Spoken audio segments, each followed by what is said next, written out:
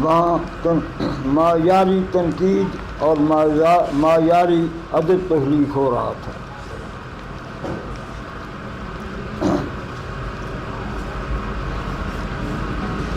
یہ لوگ دور سے آتے تھے تو رات کو بعض دفعہ لیٹ ہونے کی صورت میں سراب وسلم کی میزبانی میں رات بھی یہیں گزارتے تھے۔ ایک چیز شروع سے مجرم نے بطور اصول اپنا رکھی تھی کہ صوفیوں والی محبت سب سے نفرت،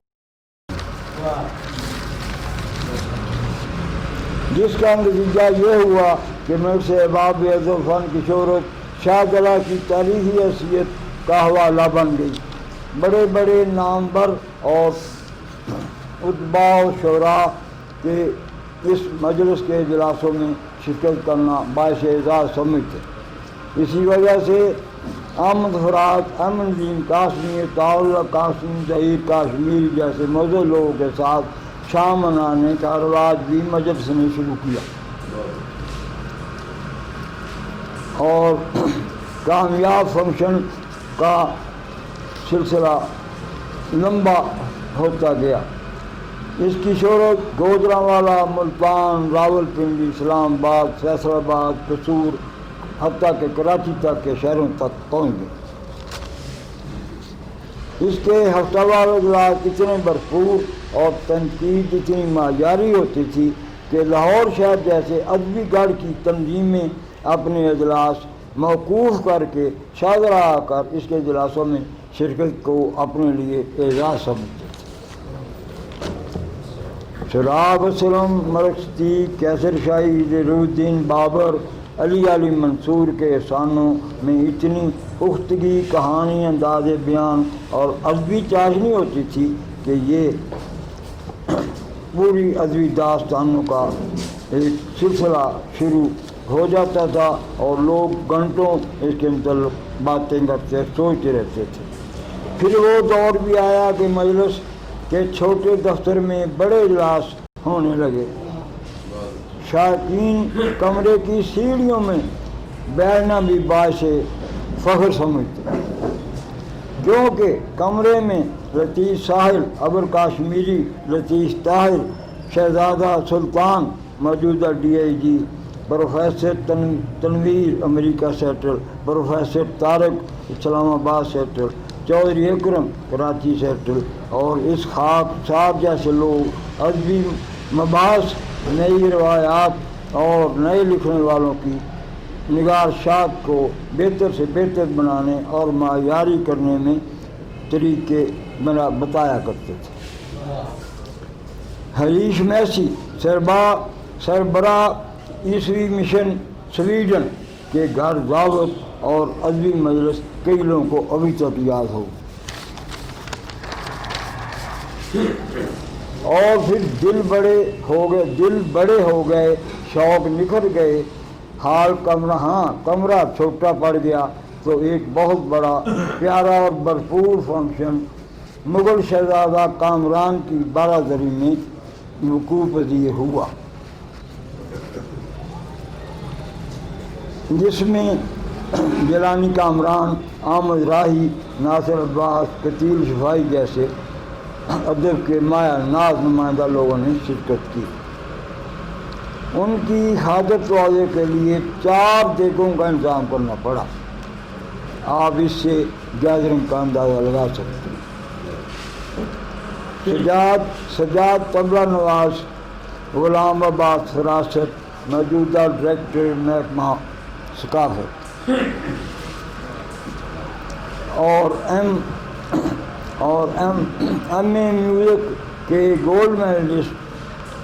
پنجاب یونیورسٹی، شاہ لال صاحب، کتاب نعت،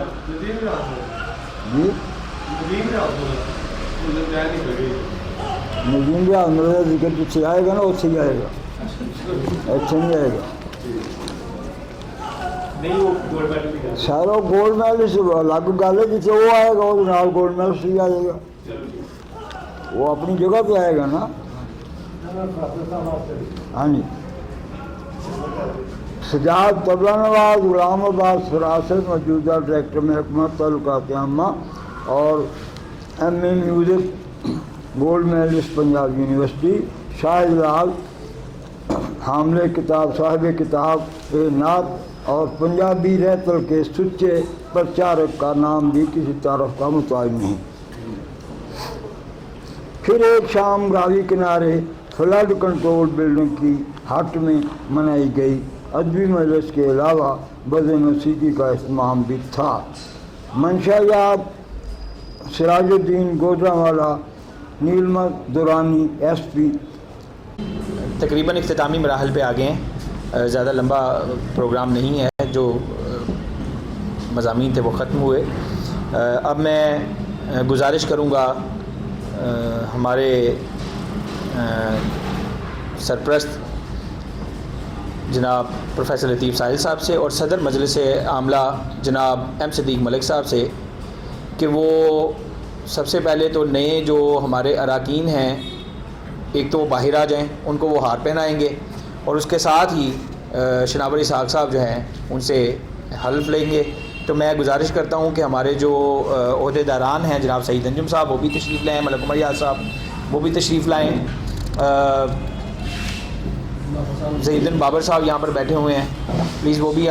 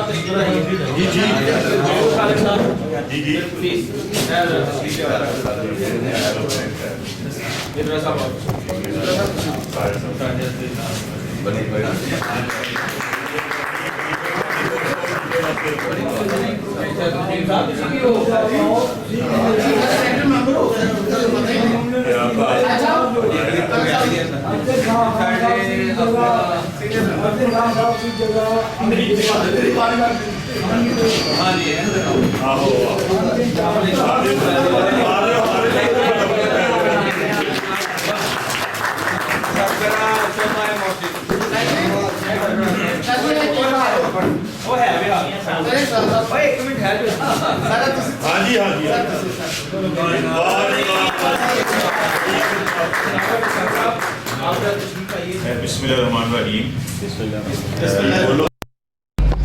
میرے پیچھے آپ پڑھیں گے کہ میں بحیثیت بقائمی ہوش و حواس ہوش و حواس خمسہ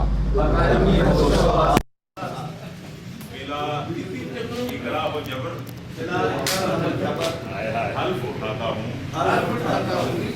کہ میں مجلس قابل ڈیکورم کا خیال مجلس احباب ادب و فن شاہدرہ کے اغراض و مقاصد و منشور زندگی اور روشنی کی خاطر کسی بھی تعصب اور گروہ بندی سے بالا تر ہو کر اپنی تمام تر صلاحیتوں کو بروئے کار لاتے ہوئے ادب و فن کی ترویج اور ترقی کے لیے کوئی دقیقہ فروغ نہ کروں گا۔ مزید برآں مجلس کی سابقہ روایات کی پاسداری کو اولین ترجیح دوں گا اور کوئی ایسا عمل نہیں کروں گا